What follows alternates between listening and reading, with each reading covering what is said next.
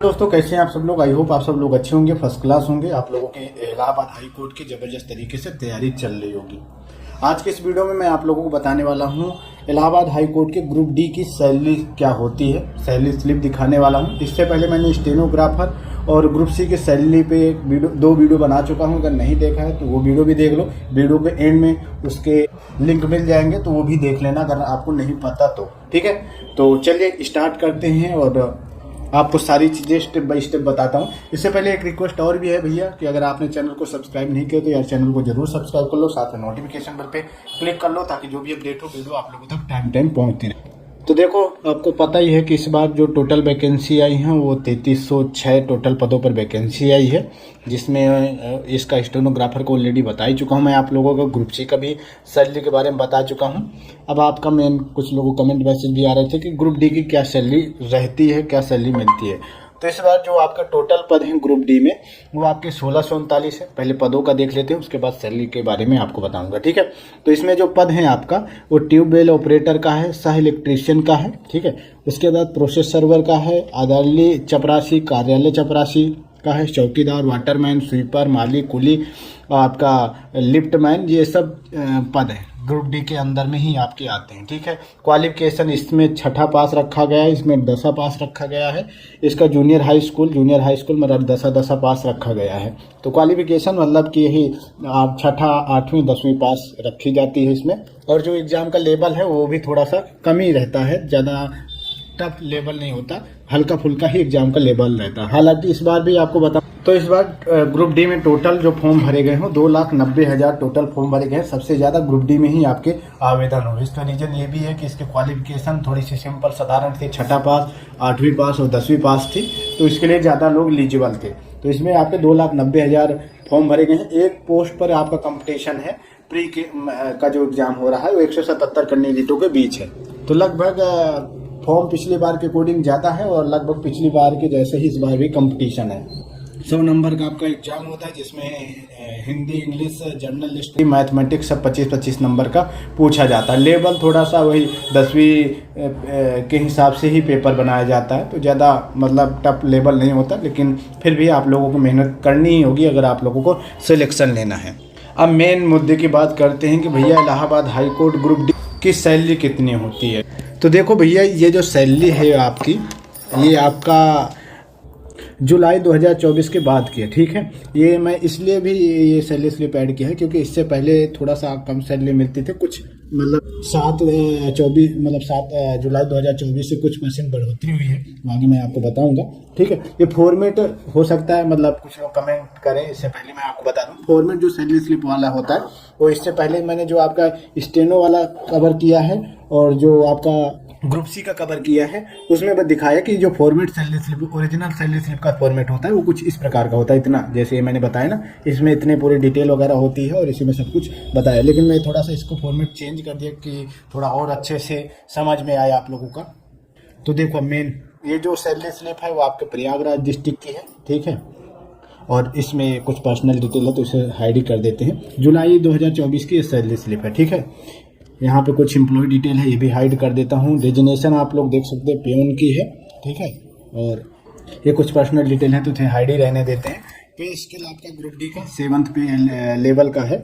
उसके बाद यहाँ पर मेन जो पैसा है वो पैसा यहाँ पे क्या क्या अर्निंग होती है, कैसे सैलरी आपकी बनती है। तो देखो, इसकी जो सैलरी बेसिक पे होता है ग्रुप डी का वो आपका 18,000 रुपये बेसिक पे होते हैं। ठीक है, 18,000 रुपये बेसिक पे होता है। उसके बाद डियरनेस अलाउंसमेंट जो आपको मिलता है वो बेसिक पे का 50% मिलता था। ठीक है, लेकिन अभी जुलाई 2024 से ये जो डीए है इसमें 3% की बढ़ोतरी हो गई है, यानी अब जो आपका डीए मिलता है वो 53% मिलता है, किसका, बेसिक पे का।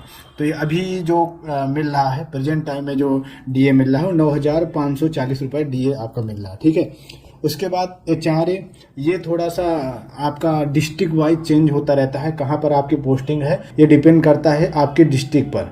अगर मतलब ये थोड़ा ऊपर नीचे होता है, कहीं पर 2,000 भी मिलता है तो कहीं पर 2,500 तक भी मिल जाता है, तो कहीं पर 1700-1800 ही मिलता है।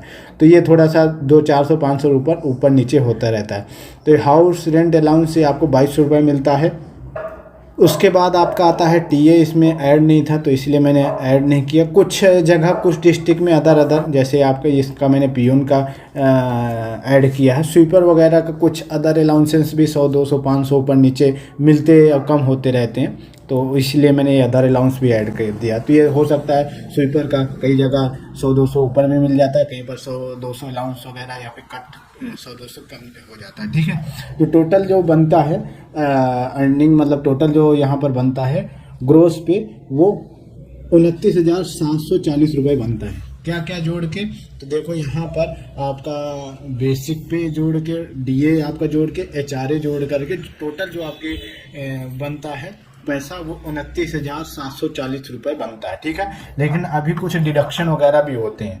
तो जो डिडक्शन होते हैं यहाँ पे एनपीएस आपका 2,754 आपका एनपीएस जो कि कटता है। अब ये 2,754 कैसे कटा है, तो भैया ये जो आपका कटता है वो आपका 10% बेसिक पे से और 10% आपके डीए से। इससे आपका जितना बचता है, मतलब जितना पैसा होता है उतना ये एनपीएस कटता है। ठीक है, तो ये बेसिक पे और डीए का 10% जो एनपीएस कटता है वो 2754 फिलहाल अभी ये एम्प्लॉय का कटा है। और एक जीआईएस है 100 रुपये कटा है। ये आपका ग्रुप स्टेनो में भी था, ग्रुप सी में भी जीआईएस दो जगह, एक जगह 70 एक जगह 90 रुपये कटा है। ठीक है, हो सकता है मतलब स्वीपर वगैरह में भी कुछ जीआईएस वगैरह 80 90 ऊपर नीचे होता है। तो ये टोटल डिडक्शन है। ठीक है, उसके बाद यहाँ पर जो टोटल डिडक्शन हुआ है वो 2854 रुपये टोटल डिडक्शन हुआ। अब इसमें जो आपका यहाँ पे बना है ग्रोस पे, यहाँ इसमें से 29,000 में से आपका ये इतना 2854 कट जाता है। तो अब जो आपकी नेट सैलरी जो बनती है, इन हैंड जो सैलरी आपके अकाउंट में आती है, वो आपके 26,886 रुपये आपका बनता है। किसकी? ग्रुप डी की सैलरी। अब यहाँ पे हो सकता है कुछ लोग कमेंट करें कि अरे नहीं इतना नहीं, 25,000 मिलता है, कुछ लोग बोलें कि नहीं 28,000 मिलता है। तो ये थोड़ा सा मतलब स्वीपर वगैरह, माली वगैरह और आपका लिफ्टमैन वगैरह का थोड़ा सा मतलब 500-700 हज़ार रुपये का ऊपर नीचे होता है। थोड़ा सा डिस्ट्रिक्ट वाइज की वजह से भी 200-400-500 कम होता है, और थोड़ा सा कोई अलग अलग पोस्टिंग में और अलग अलग पद में है तो 200-400-500 का फर्क आता है। लेकिन मोटा मोटा भी ये पियून का जैसे 26,886 है, लेकिन मोटा मोटा आप मान के चलो कि आपका 24,000 प्लस ग्रुप डी में और आपका 28,000 से नीचे, इतने में आपकी ही सैलरी बनती। फिलहाल ये पियून की एजेक्ट इतनी है, डिस्ट्रिक्ट वाइज 200-400 ऊपर नीचे हो जाता है। तो अभी इतनी ये सैलरी ग्रुप डी में मिल रही है। बाकी तो यार सरकारी नौकरी है, सरकारी नौकरी का जलवा अलग ही होता है। एक बार सरकारी नौकरी मिल जाए, भले ही होमगार्ड की मिल जाए, लेकिन भौकाल बड़ा तगड़ा रहता है। तो जो भी है मेहनत करो, सरकारी नौकरी ले लो, और उसके बाद तो फिर मज़े ही मज़े हैं। फिलहाल फिर सरकारी नौकरी मिलने के बाद कोई सैलरी नहीं पूछता, बस ये पूछता कि आप करते क्या हो। और जब एक बार बोल देते हो कि भैया मैं सरकारी नौकरी करता हूँ, तब तो फिर पूछ ही नहीं, जलवे ही होते हैं। ठीक है, शादी वगैरह में तो खैर भौकाल ही रहता है। यूपी, बिहार, झारखंड में तो बहुत तगड़ा है। तो ले लो यार, बढ़िया है। सैलरी वगैरह तो सिर्फ मोटिवेशन के लिए है, बढ़िया मिल जाता है, खर्चा पानी भी मिल जाता है, सब कुछ बढ़िया सा हो जाता है। बस मेन से आपका नौकरी ले लो। चलिए, बाकी मैं कोशिश कर रहा हूँ कि अगली जो वीडियो में बनाऊँ वो आपका ड्राइवर की सैलरी का बनाऊँ। अगर कमेंट करोगे तो मैं ड्राइवर वाला भी कवर कर लूँगा। बाकी अपडेट के लिए आप लोग चैनल को जरूर सब्सक्राइब करो, साथ में नोटिफिकेशन बिल पे क्लिक कर लो, ताकि जो भी अपडेट हो वीडियो आप लोगों तक टाइम टू टाइम पहुँचती रहे। Okay, take care, bye.